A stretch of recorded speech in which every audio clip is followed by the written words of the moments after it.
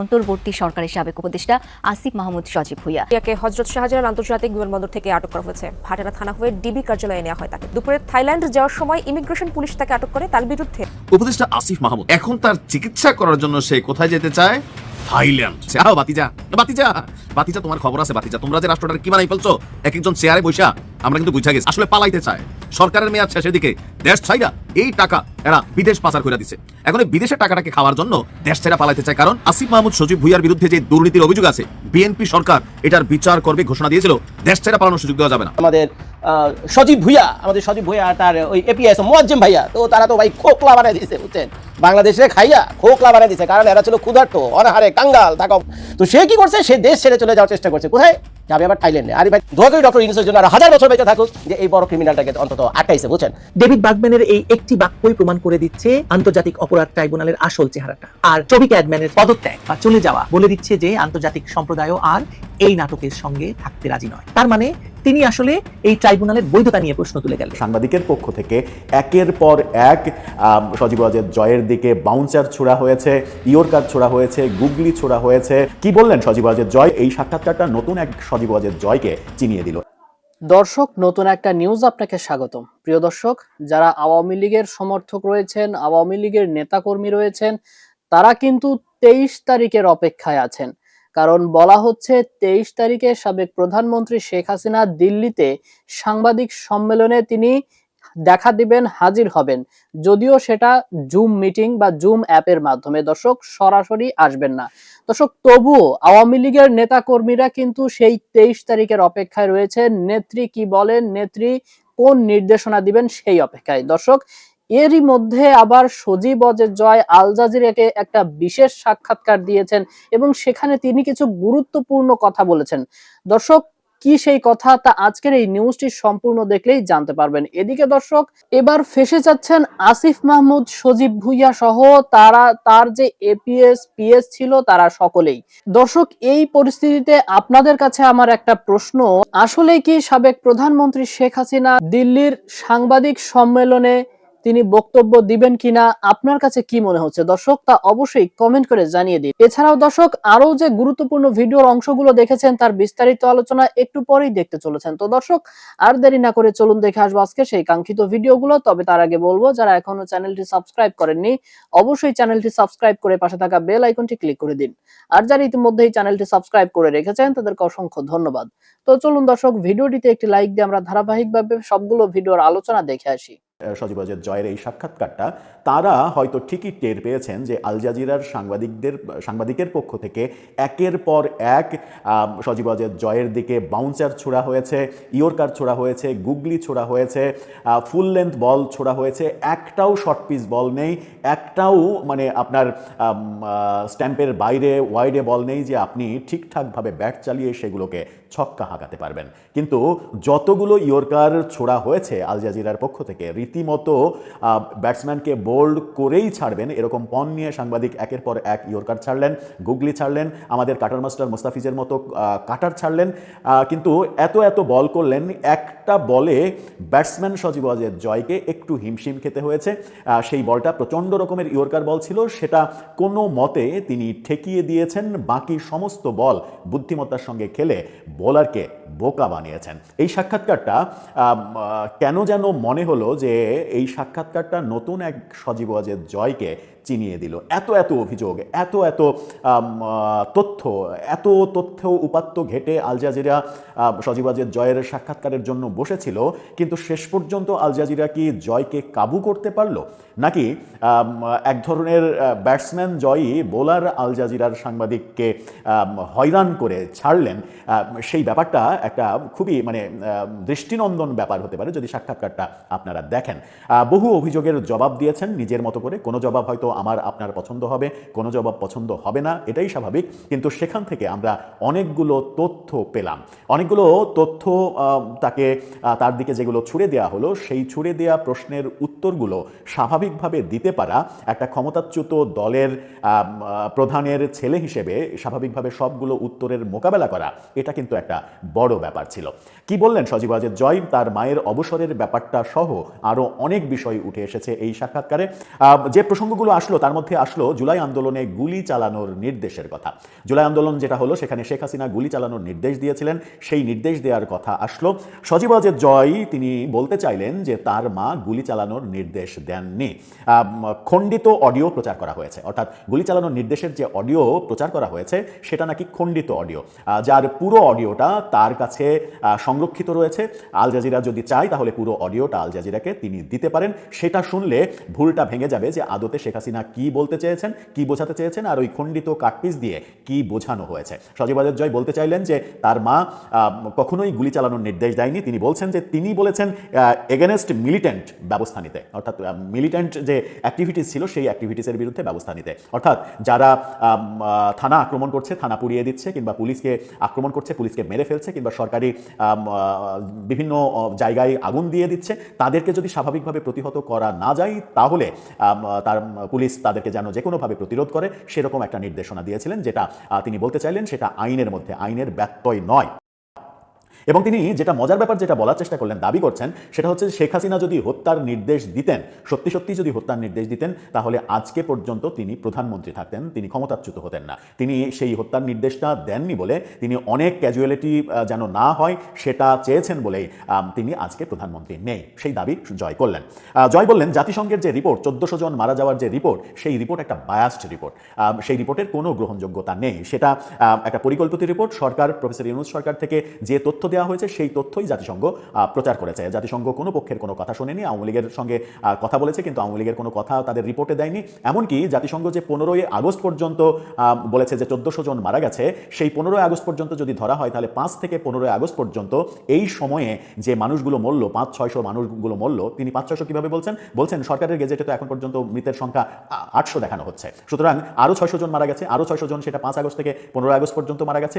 এই 600 জন কারা? এই 500-600 জন কারা? তার কি হিসাব নিয়েছেন? যদি আপনি নিরপেক্ষভাবে বিচার করেন তাহলে দুই পক্ষেরই তো বিচার করতে হবে। যদিও আন্দোলন চলাকালীন যে মৃতের সংখ্যা, সেই মৃতের ব্যাপারেও তিনি বলেছেন যে এখানে তৃতীয় পক্ষ ঢুকেছে, নানাভাবে নানা রকমের উইপেন ব্যবহার করা হয়েছে, সেই ঘটনা ঘটেছে। কিন্তু জাতিসংঘ 1400 জনের যে হিসাব দিয়েছে সেটা 15ই আগস্ট পর্যন্ত দিয়েছে। তাহলে 15ই আগস্ট পর্যন্ত কারা মারল সেই প্রশ্ন তিনি করেছেন। তখন তাকে পাল্টা বাউন্সার ছোড়া হয়েছে। জাতিসংঘের রিপোর্ট বাদ দেন, বিবিসি যে অনুসন্ধানী রিপোর্ট করলো, আল জাজিরা যে অনুসন্ধানী রিপোর্ট করলো, সেগুলোও কি বায়াসড? সজীব ওয়াজেদ জয় দাবি করছেন যে সেগুলোও বায়াসড। বিবিসি এবং আল জাজিরার যে রিপোর্ট, সেই রিপোর্ট দুটোও বায়াসড রিপোর্ট, পক্ষপাতমূলক রিপোর্ট। তিনি বলছেন যে তাকে প্রশ্ন করা হয়েছিল যে আবু সাইদ যে চরিত্রটা বিখ্যাত হয়েছে জুলাই আন্দোলনে, যার মৃত্যুর কারণেই আন্দোলনটা আরও বেশি বেগবান হয়েছে, সেই আবু সাইদ সম্পর্কে তিনি বলছেন আবু সাইদ গুলিতে মারা যায়নি, পুলিশের গুলিতে আবু সাইদ মারা যায়নি। এবং আবু সাইদ মারা যাওয়ার পর তবুও আমার মা তাদের পরিবারের সঙ্গে দেখা করেছে, তাদেরকে ডেকেছে, তাদেরকে সমস্ত ধরনের আশ্বাস দেওয়া হয়েছে এর বিচার হবে, এবং আমার মা কিন্তু বিচার বিভাগীয় তদন্ত কমিশন গঠন করে দিয়েছিল। তাহলে প্রশ্ন হচ্ছে যে এই সরকার এসে সেই বিচার বিভাগীয় তদন্ত কমিশনের কার্যক্রম বন্ধ করে দিল কেন, সেটা চলতে দিল না কেন? এই পাল্টা প্রশ্ন তিনি করেছেন। টিউলিপ প্রসঙ্গে কথা এসেছে, টিউলিপের যে দুদকের শাস্তি, সেই প্রসঙ্গে কথা হয়েছে। তিনি বলেছেন যে মিথ্যা বানোয়াট অভিযোগে টিউলিপের বিরুদ্ধে বিষোদ্গার করা হয়েছে, এবং টিউলিপ যে পদত্যাগ করেছেন সেই প্রসঙ্গ যখন এসেছে তখন তিনি বলেছেন যে টিউলিপ সেই বিব্রতকর পরিস্থিতিতে নীতিগতভাবে পদত্যাগ করেছে যেন তার কারণে তার সরকার কোনো বিপদে না পড়ে। কিন্তু পরবর্তীতে লেবার পার্টি এবং তাদের তদন্তে, সরকারের তদন্তে দেখা গেছে যে টিউলিপের বিরুদ্ধে যে অভিযোগ, সেই অভিযোগের কোনো সত্যতা নেই, সত্যতা তারা পায়নি।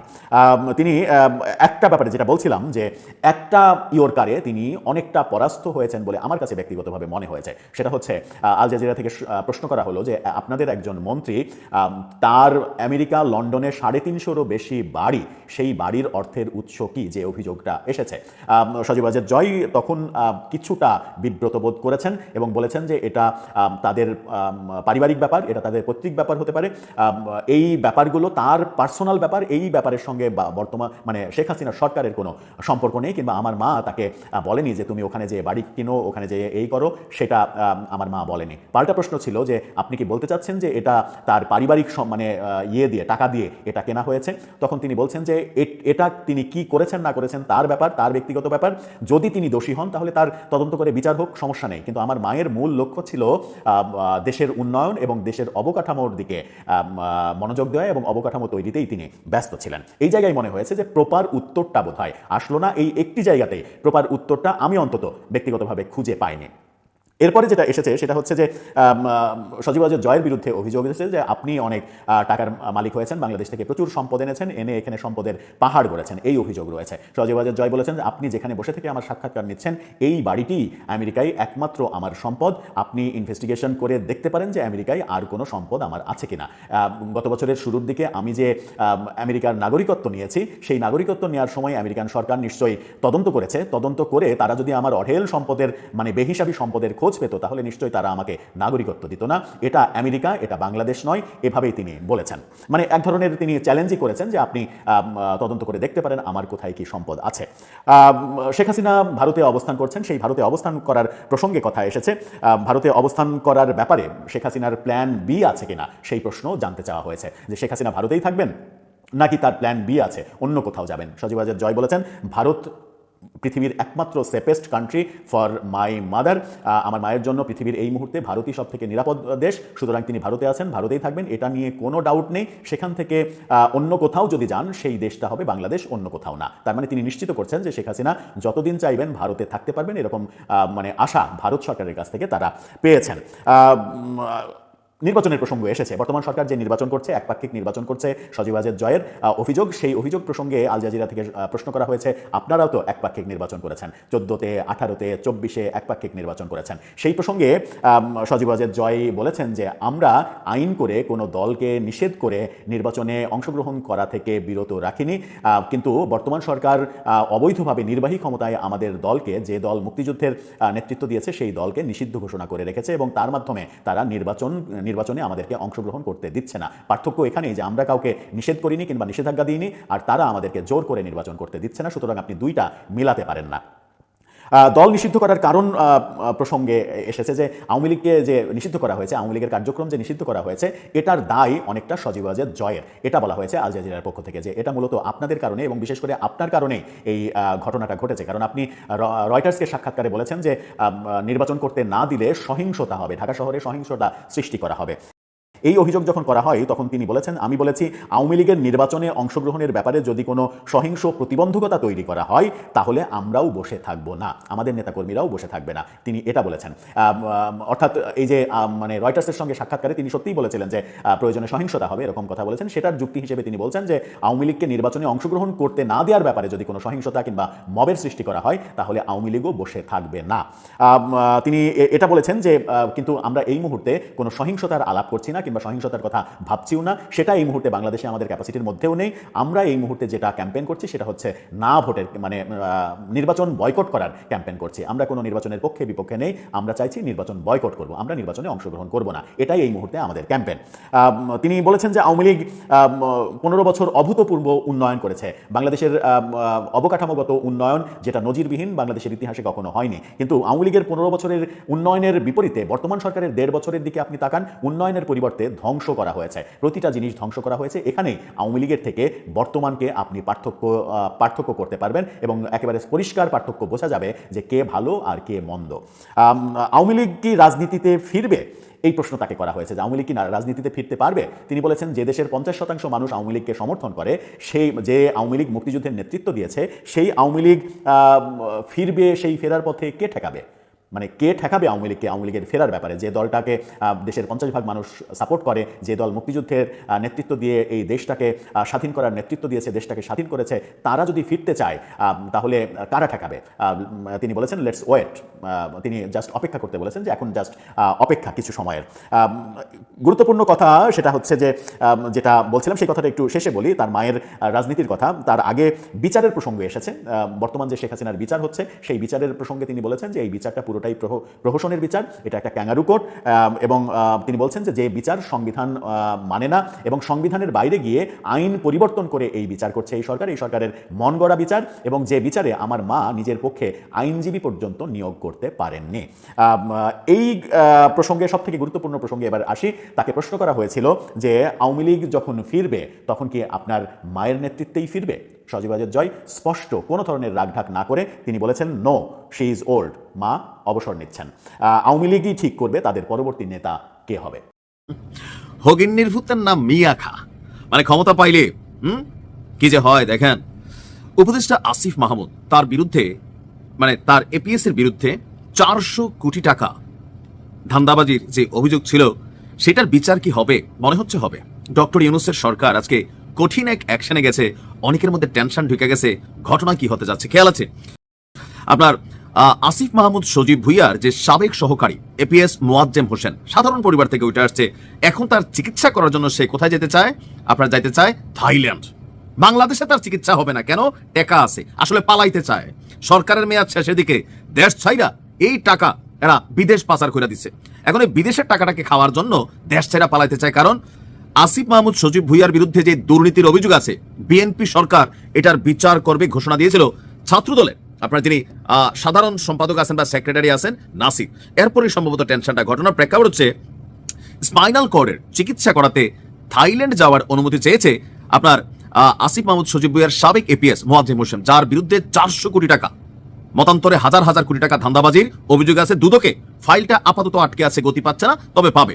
ওই আবেদনে উল্লেখ করা হয় তাকে ষড়যন্ত্রমূলকভাবে হয়রানি করার উদ্দেশ্যে এই পিটিশন মামলায় সম্পৃক্ত করা হয়েছে। বাতিজা বাতিজা বাতিজা তোমার খবর আছে বাতিজা, তোমরা যে রাষ্ট্রটার কি বানাই ফেলছো এক একজন চেয়ারে বৈশা, আমরা কিন্তু বুঝা গেছি।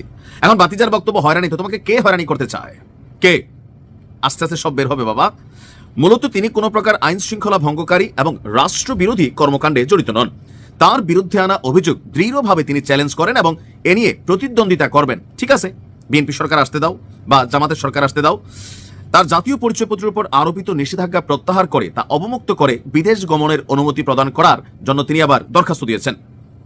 তিনি নাকি পরে গিয়ে স্পাইনাল কর্ডে আঘাত পেয়েছেন, সেখান থেকে ফ্লুইড বের হচ্ছে। এখন বাংলাদেশে কি চিকিৎসা নাই? এই সরকার কি স্বাস্থ্য মন্ত্রণালয়ের উন্নতি করে নাই, নাকি না নিজেদের উন্নতি হয়েছে? Thailand medical visa invitation letter প্রেরণ করে তার চিকিৎসাজনিত পরীক্ষা নিরীক্ষা এবং অপরাপর টেস্ট এবং চিকিৎসা করার জন্য 15 ফেব্রুয়ারি অ্যাপয়েন্টমেন্ট নির্ধারণ করেন। এজন্য তার চিকিৎসা করার জন্য বিদেশে গমনের অনুমতি প্রদান করা আবশ্যক। শুনানি শেষে আদালত আবেদনটি না মঞ্জুর করে দিয়েছেন, কারণ ঘটনার ভিতরে পেঁচ আছে। এই আসিফ মাহমুদ সজীব ভুইয়ার সাবেক এই এপিএস এর বিরুদ্ধে আপনার দেশ থেকে নিষেধাজ্ঞা রয়েছে। পাশাপাশি তার জাতীয় পরিচয়পত্র ব্লকের আদেশ দিয়েছিল আদালত। দুদকের উপপরিচালক মিনু আক্তার সুমির আবেদনের প্রেক্ষিতে মহানগর দায়রা জজ মোহাম্মদ জাকির হোসেন গালিবের আদালত এই আদেশ দেন, এ ভাগা যাবে না। এ ভাইগা গেলে এর যে বস বা আরো বস আছে উপরে কারা, সবগুলো কিন্তু বাইচা যাবে। কারণ কি, সে দেশটা পালাই যাবে। এখন সে এই টাকা নিয়ে কি আসিফ মাহমুদ সজীব ভুইয়ারে দিছে, নাকি সজীব ভুইয়া জানেই নাই? তার বক্তব্য যে সে জানে না, নির্দোষ হইতে পারে। আমাদের কথা হচ্ছে তাকে ধরা দরকার, তার কাছ থেকে তথ্য জানা দরকার। কারণ পরিবর্তিত বাংলাদেশের যে স্বপ্ন আমরা সবাই দেখেছি, সেই স্বপ্ন আসলে বাস্তবায়ন করার পক্ষে আওয়ামী লীগ সরকারের দুর্নীতির বিরুদ্ধে আমরা কথা বলেছি, অত্যাচারের বিরুদ্ধে কথা বলছি। এখন আমরা যাদেরকে বসাইলাম তারা নিজেরাই যদি চোর হয়, তো রাষ্ট্রের পরিবর্তন কারা করবে? আমি মনে করি খুবই সুন্দর একটা সিদ্ধান্ত হয়েছে। ইনভেস্টিগেশন নিরপেক্ষভাবে হতে হবে। ইউনূস সরকারের আমলে ইনভেস্টিগেশন কখনো নিরপেক্ষ হবে না, কারণ ইউনূস সরকারের অংশ ছিল আসিফ মাহমুদ সজীব ভুইয়া, নাহিদরা। সুতরাং এখানে নিরপেক্ষতার জন্য একটা রাজনৈতিক সরকার দরকার। যদি এরপরে আসিফ নির্দোষ হয়, অবশ্যই তার বিরুদ্ধে যে অভিযোগ আছে সেটা সরে যাবে। এপিএস মোয়াজ্জেম, তার বিরুদ্ধে যদি অভিযোগ না থাকে, প্রমাণিত হোক, দেশ ছেড়ে পালানোর সুযোগ দেওয়া যাবে না। প্রিয় দর্শক, আমি আশা করছি সবগুলো ভিডিওই আপনি মনোযোগ সহকারে দেখেছেন। সেই সাথে দর্শক, এই ভিডিওগুলো সম্পর্কিত যদি কোনো তথ্য বা মতামত থাকে তাহলে তো অবশ্যই কমেন্ট করে জানিয়ে দিন। এতক্ষণ সাথে থাকার জন্য ধন্যবাদ। নিউজটি শেষ করছে এখানেই, ফিরছে আগামী ভিডিওতে নতুন কোনো টপিক নিয়ে। আল্লাহ হাফেজ।